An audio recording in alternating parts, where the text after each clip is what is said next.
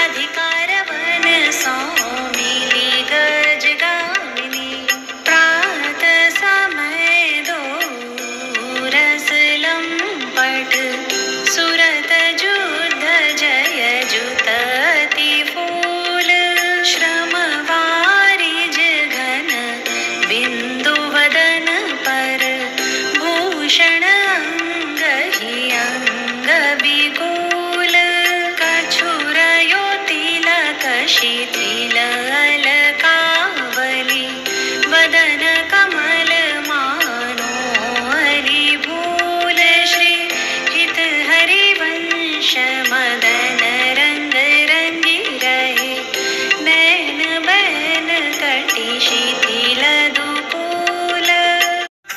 परम कृपालवे श्री सद्गुरु भगवते नमो नमः। आज स्वामिनी जी को मान हो गया है और वे किसी कुंज में जाकर रूठ कर बैठ गई हैं।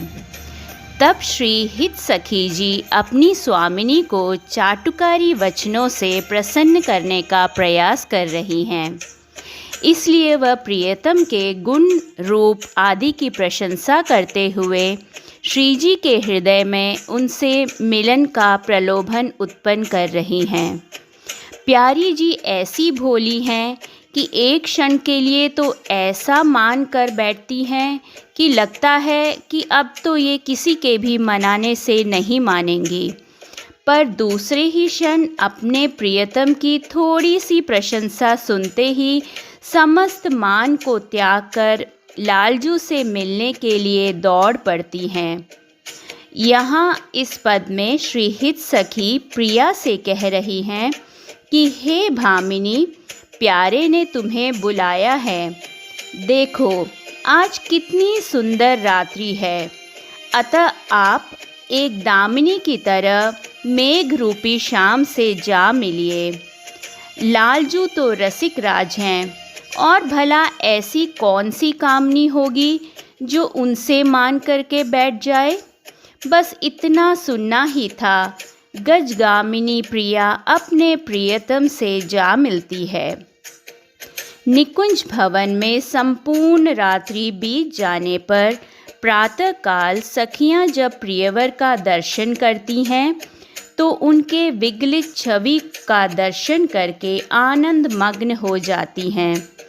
सखियां जब प्रियवर को सजा धजा कर सुंदर सा बनाकर रखती हैं तब तो वे प्यारे लगते ही हैं, पर जब शयन के बाद उनके समस्त श्रृंगार अस्त व्यस्त हो जाते हैं और उनकी अलकावलियाँ बिखर जाती हैं तब तो उनके सौंदर्य पर जैसे चार चांद ही लग जाते हैं।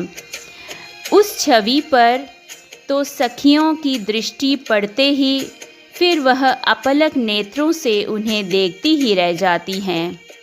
यहाँ इस पद में श्री हित सखी इसी प्रातःकाल की छवि का वर्णन कर रही हैं। श्री हित सखी कहती हैं कि दोनों के बीच प्रेम कलह चलता रहा, जिसके कारण उनके मुख पर प्रस्वेद कण ऐसे लग रहे हैं जैसे मोतियों की बूंदें हों। इनके आभूषण बिखर चुके हैं और माथे का तिलक भी बस थोड़ा ही शेष बचा है। उनके सुंदर मुख कमल पर बिखरी हुई अलकावली ऐसी लग रही है जैसे कि किसी कमल पुष्प पर भ्रमर मंडरा रहे हों। निकुंज में सभी तत्सुख रूप से भावित रहते हैं, इसलिए यहाँ का प्रेम उज्ज्वल रस है। सांसारिक दृष्टि से दर्शन करें तो हमें इन लीलाओं में वासना दिख सकती है।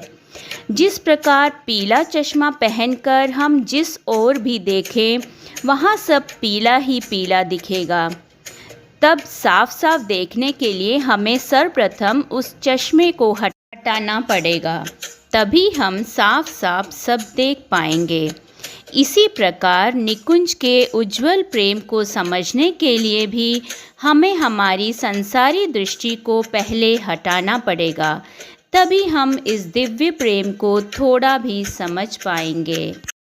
आज के लिए बस इतना ही। जय श्री राधे, जय श्री राधे।